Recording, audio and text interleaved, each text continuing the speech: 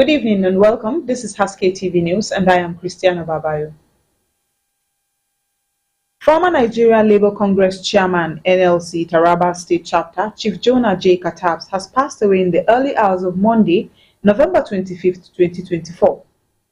The Secretary to the Government of the State, Chief Gibbon Timothy Katabs, made this known in a statement on Monday in Jalingo. Our correspondent, Muhammad Buhari, completes this report. According to family sources, Dr. Katabs passed away at the specialist hospital in Jalingo after a prolonged illness. Before his demise, Katabs served the state in different capacities and was celebrated for his unwavering commitment to workers' rights and his tireless efforts in advocating for better working conditions and fair labor practices. He served as the chairman of the Nigerian Labour Congress Taraba chapter, chairman Nigerian Union of Teachers, and chairman of the State Local Government Service Commission. Funeral arrangements are currently being made and will be announced soon.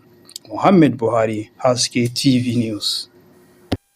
The National Agency for Food and Drugs is the misuse of antibiotics in humans and animals, highlighting the growing threats of antimicrobial resistance. NAFDAC Director General Professor Mojisola Adeyeye gave the warning at the conclusion of the 2024 World Antimicrobial Awareness Week, held in collaboration with the Royal Danish Embassy and Denmark's Ministry of Environment and Food. Haske TV correspondent Rachel Lance tells us more. Speaking on the theme of the week, Educate, Advocate, Act Now, Adeyeye noted that NAFDAC has intensified its effort to educate pharmacists, veterinarians, and other stakeholders on responsible antibiotic use. She emphasized the dire consequences of the misuse of antibiotics as well as the importance of obtaining receipts for antibiotic purchases to enable traceability in the case of resistance. Adeyeye warns of the escalating difficulty in treating infections that were once easily managed with antibiotics, antivirals, and antifungals. The Danish ambassador to Nigeria, Jens Hansen, also underscored the global nature of the challenge. The event served as a platform to advocate for stronger international cooperation, heightened awareness, and actionable measures to combat the rising threat of antimicrobial resistance. Rachel Lance, Haske TV News. In another report, the House of Representatives on Monday marched from the National Assembly complex to the Nigeria Police Force headquarters to raise awareness about the need to end all forms of violence against women. The symbolic march brought together federal lawmakers led by the Speaker, Tajuddin Abbas, women from all walks of life, and youth groups. Speaking at the event, Abbas promised that the National Assembly, particularly the House of Representatives, would play an active role in the next National Action Plan against violence towards women, which will be announced soon.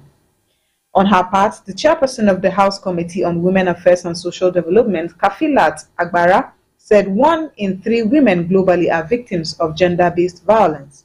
She then called on law enforcement agents to work hard to bring perpetrators of violence against women to justice. We will now go on a short break, and when we come back, Haske TV News will continue. Stay tuned.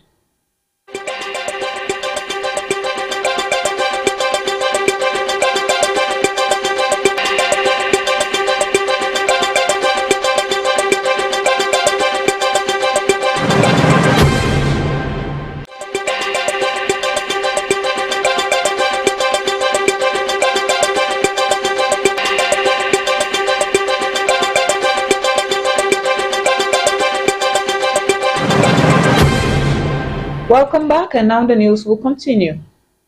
Operatives of the Nigeria Security and Civil Defense Corps at the Yankaba Eastern Bypass roundabout in Kano State have arrested a suspected Jummad Mosque vandal.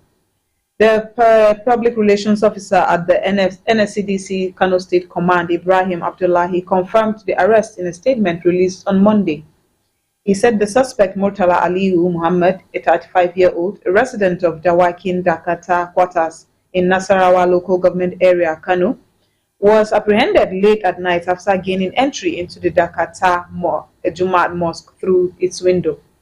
It was also noted that the same suspect had recently been accused of stealing over 300,000 naira from the mosque, an allegation he also confessed to.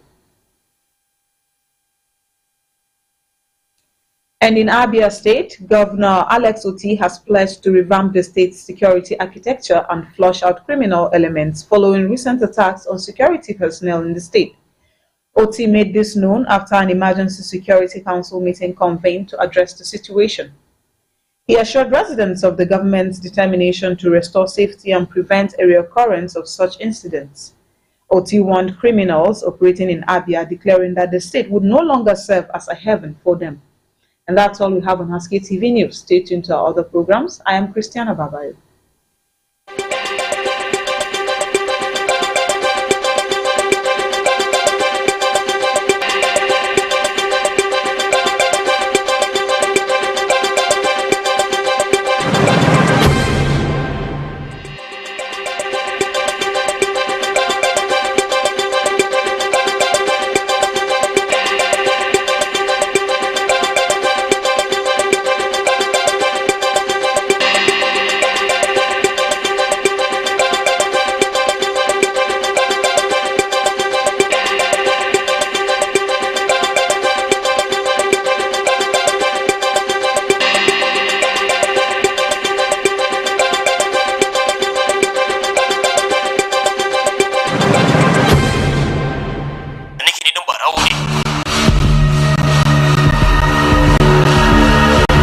Rake shi me kake yi haka ne? Cika ni mana.